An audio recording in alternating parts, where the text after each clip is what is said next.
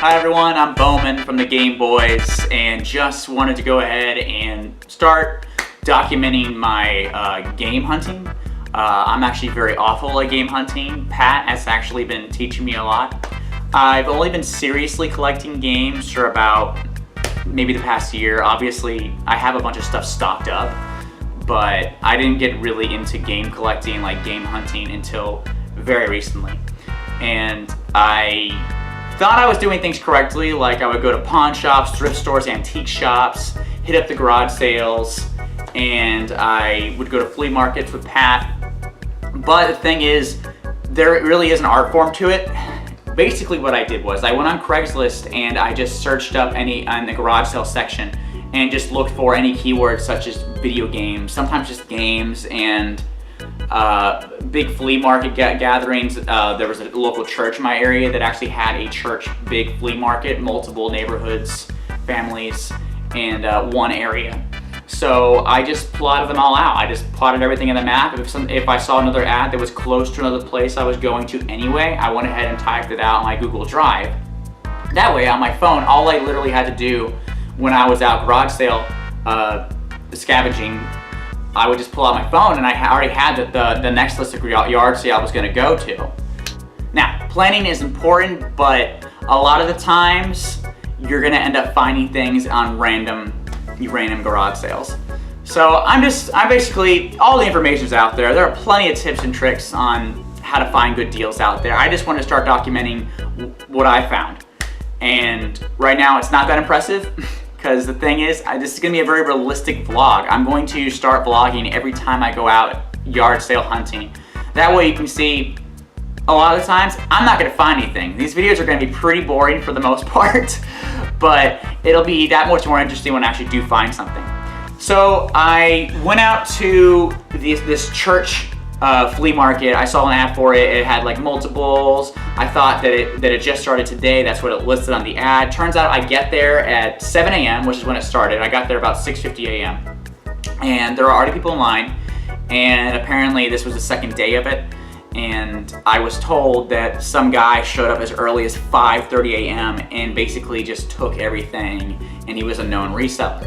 And you know, kudos to people out there who are, you know, maybe making some money doing this, but that is the one big frustrating thing you'll run into as a collector, that I don't think you really understand it until you encounter it. It's really frustrating to go out there and you're not competing against collectors for the most part. You're competing against people who are reselling it. They don't care about these games. They're just buying them all up and trying to list them up for eBay prices.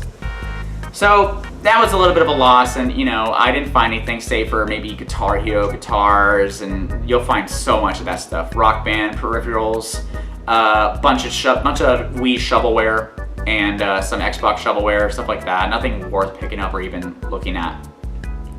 So I had another garage sale in the area that was again a loss, nothing.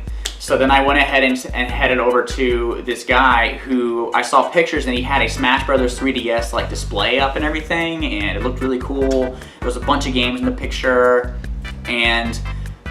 but you have to be careful about these. This is why I kind of made it a lower priority, because when someone's advertising specifically video games and they have like all their video games like pictured, chances are they are gonna charge higher prices. You're not gonna get a bargain off of it. The bargains are gonna come from people who kind of have them off to the side, like really small section, and they're kind of like near the toys and stuff. But if someone like that guy has it, and I suspected, and I showed up, and it was worse. It was worse than I thought.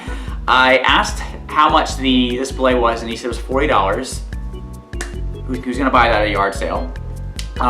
He had a Wii for 55 bucks. He had like individually stacked piles of Wii games for like all different prices, like from 5 all the way to 15 bucks. They were all really overpriced. Thankfully, I did end up getting a game out of him. He had a Bomberman Pocket for Game Boy Color. I actually remember this game a lot. It's like a side-scrolling Bomberman game, and it's just kind of different. I don't really remember if it's any good or not, but I played it as a kid and I remembered it, so he said it was $3 and I asked him to go down to $2. It's like worth $4, so So right there I saved $2. Later on, I actually did end up finding something good.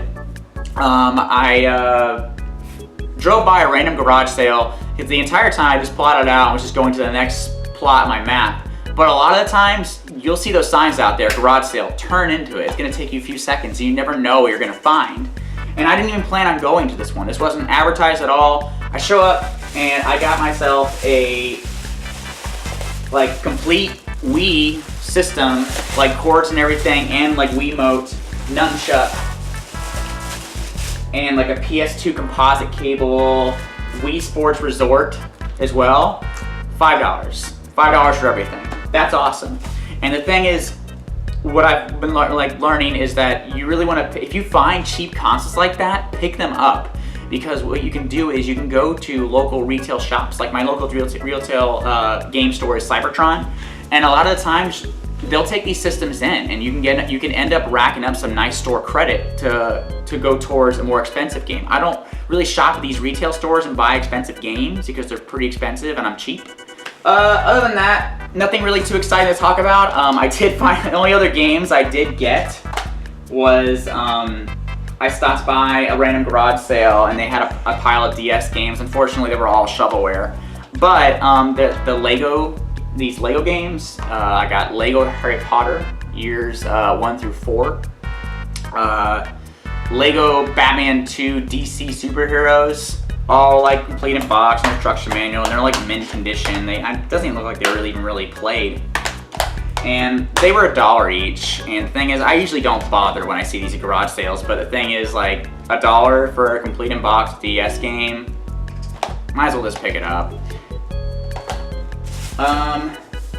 Other than that, just the typical garage sale finds, because I mean, at the end of the day, it's fun. I had a great time. I got up super early for this, and it's not easy by any means to find these deals, but you know, like I got like a random pair of shoes for $1. I got these books and like a cool Adventure Time wallet, and I got them for close to nothing. Like this entire haul of stuff today was like $16 total, which is great. So that's it for my first vlogging video, guys. Nothing too exciting. Hopefully I'll find some more stuff in the future. But if you'd like, please subscribe to my other channel, The Game Boys. My friend Pat and I, we actually started this channel and it's like a little book club almost, but for games. We have our users and ourselves choose games and we discuss them. People submit video responses and comment on it, and we feature all of the comments and discussions on that video. It's not your typical review video. It's supposed to be an open forum for people to voice their opinions on any games that they want to. Thanks guys, and I'll see you in the next one.